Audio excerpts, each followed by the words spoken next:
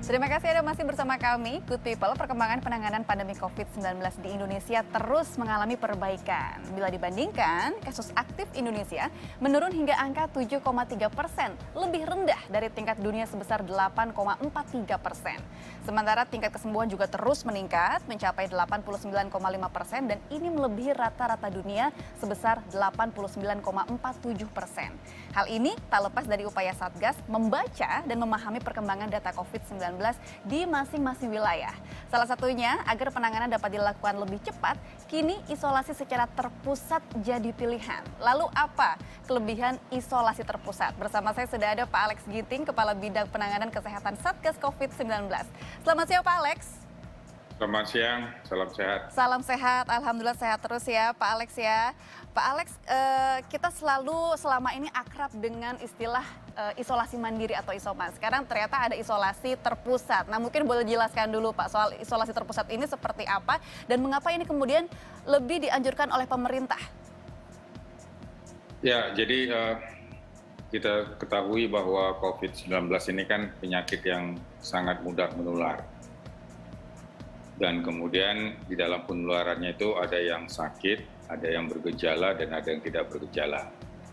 Dan yang sakit itu ada yang ringan, sedang, berat, dan kritikal. Dan di dalam pengalaman kita selama beberapa bulan kita dengan pandemi ini, kita sudah mengklasifikasi kalau dia sedang, berat, dan kritikal, maka ini wilayahnya adalah di rumah sakit. Di rumah sakit itu bisa di ruang perawatan yang isolasi, bisa di intermediate, bisa juga di ICU. Dan ini kita lakukan supaya penata laksanaannya bisa berjalan secara paripurna. Nah, bagi mereka yang positif tapi tidak bergejala ataupun gejalanya ringan, tentu dulu pernah kita dengar isolasi mandiri. Betul. Nah, isolasi mandiri ini atau yang disebut dengan isoman ini memang ini akan bisa berjalan dengan baik kalau misalnya tempatnya memadai. Dan tidak hanya tempat saja, termasuk juga jumlah orang yang ada di rumah. Kalau di rumah itu ada lansia, ada ibu hamil, atau ada anak-anak yang termasuk rentan, maka ini berpotensi terjadi penularan. Sehingga isoman ini cenderung memberikan potensi terjadi klaster keluarga. Ini satu. Yang kedua, pengalaman kita selama bulan Juni dan Juli, banyak isoman itu setelah hari keempat, hari kelima, perburukan. Sehingga mereka rame-rame antri ke UGD. Begitu sampai di UGD, mereka sudah pneumonia, harus masuk ke intermediate dan ke ICU. Artinya penanganannya, deteksinya telat. Sehingga akhirnya disadari bahwa isoman itu di samping juga berpotensi terjadinya klaster kepada keluarga, dia juga telat untuk mengetahui apakah dia perburukan atau tidak. Kemudian juga dia tidak bisa menguasai apakah komorbidnya terkontrol atau tidak. Sehingga inilah yang harus menjadi pengelolaan kita. Akhirnya pemerintah mengambil keputusan untuk memindahkan mereka yang isoman agar pindah ke isolasi terpusat. Jadi dengan isolasi terpusat ada pendampingan, ada tempat yang memadai, dan kemudian dijamin makan minumnya, disediakan pemerintah, dan bila mana ada perburukan, secepatnya akan dibawa ke UGD rumah sakit. Baik. Jadi inilah keuntungan isoter. Baik. Nah, untuk kondisinya sekarang ini, Pak, apakah di setiap wilayah itu memang sudah siap untuk dilakukan atau diimplementasikan isolasi terpusat ini? Jadi kita melalui Satgas, itu kan ada di tingkat provinsi, ada kabupaten kota. Jadi di setiap desa ataupun di setiap kecamatan, kalau memang yang jumlah sakitnya banyak, berdasarkan bor di rumah sakit, dulu disiapkan beberapa tempat sebagai fasilitas isoter. Fasilitas itu bisa Wisma Haji, bisa Balai Diklat, dan bisa berbagai tempat, misalnya hotel ataupun losmen, ataupun rumah yang besar, sehingga bisa dilakukan sebagai sarana untuk menampung isolasi terpadu. Jadi isolasi terpusat tersebut memadukan berbagai pelayanan di dalamnya, termasuk pelayanan untuk sakit COVID-nya, termasuk pelayanan untuk komorbidnya, termasuk juga untuk pelayanan dari psikososialnya, dan kemudian pelayanan untuk yang mendasar, misalnya ada tempat tidur, ada kamar mandi, ada tempat olahraga, dan juga sarana bersosialisasi. Dan semua di dalam harus melaksanakan protokol kesehatan. Baik. Kendati pun sesama mereka sama-sama positif, kalau ketemu mereka harus sama-sama pakai masker. Jadi pelayanan yang diberikan di dalam isoter itu, di samping dia terpusat, dia juga terpadu di dalam melaksanakan pelayanan dan pengawasan dan pengendaliannya.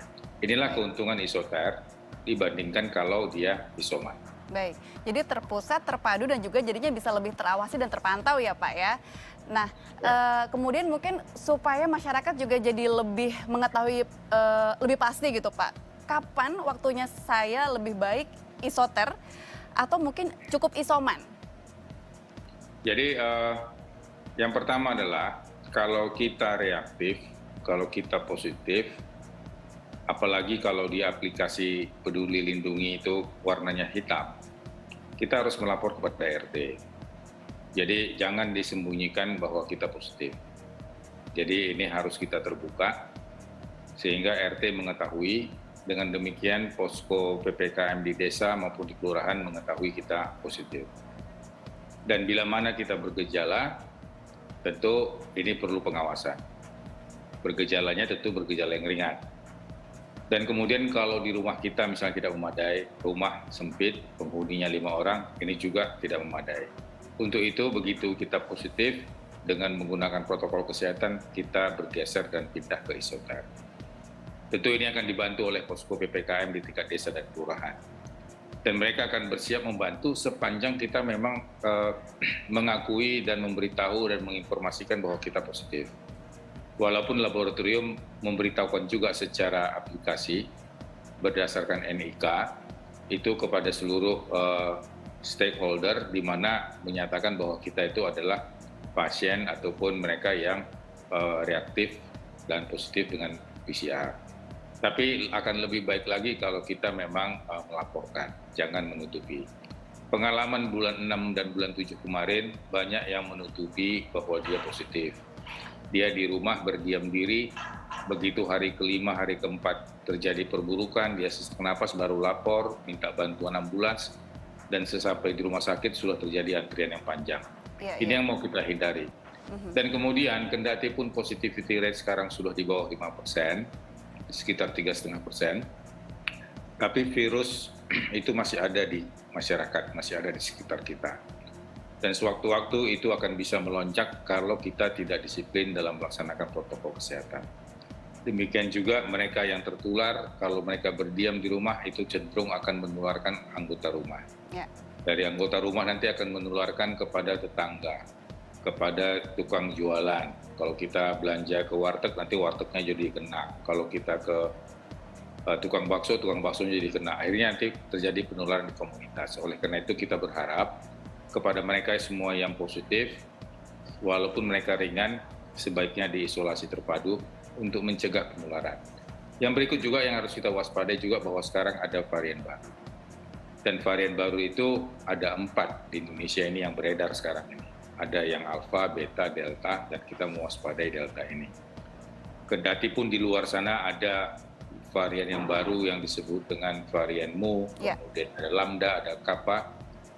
Tapi tetap kita harus waspada dengan menerapkan protokol kesehatan. Kalau kita kontak erat, kita jangan berkeliaran. Apalagi kalau kita positif, jangan kemana-mana. Dan kalau kita sudah mempunyai aplikasi Peduli Lindungi, sewaktu-waktu kita buka itu aplikasinya, kita lihat warnanya. Kalau warnanya hijau, maka itu artinya kita sudah vaksinasi 2 kali, hasil PCR kita negatif. Tapi kalau warnanya misalnya merah, maka misalnya bahwa kita belum divaksinasi. Dan kemudian kalau hitam, kita belum divaksinasi dan kemudian hasil PCR kita positif. Baik. Ataupun kalau sudah vaksinasi, PCR-nya positif, maka warnanya hitam. Jadi aplikasi ini harus kita lihat. Dan ini harus menjadi bagian hidup kita sehari-hari. Apalagi kalau kita mau bergerak. Oke Pak Alex, berarti yang jelas kalau misalnya kita ada gejala segera lapor, nanti untuk isoter atau isoman kita bisa minta bantuan dari perangkat desa setempat ataupun tenaga kesehatan di situ ya Pak. Yang penting lapor ya Pak ya. Kemudian juga kesadaran diri, termasuk ketika kita mengakses aplikasi Peduli Lindungi tadi. Baik, terima kasih banyak Pak Alex sudah bergabung bersama kami di Selamat Siang Indonesia dan berbagi informasi. Sehat terus ya Pak. Oke, terima kasih. Baik, selamat siang Pak Alex. Selamat siang. Good people, pandemi ini bisa kita lalui dengan patuh dan disiplin pada protokol kesehatan. Semua wajib pakai masker, karena masker dapat melindungi kita dan orang terdekat kita dari COVID-19. Ingat, gunakan masker secara benar dan ajak keluarga serta orang sekitar melakukan hal serupa. Salam sehat. Saya Rahma Hayuning Dia, selamat beraktivitas dan selamat siang Indonesia.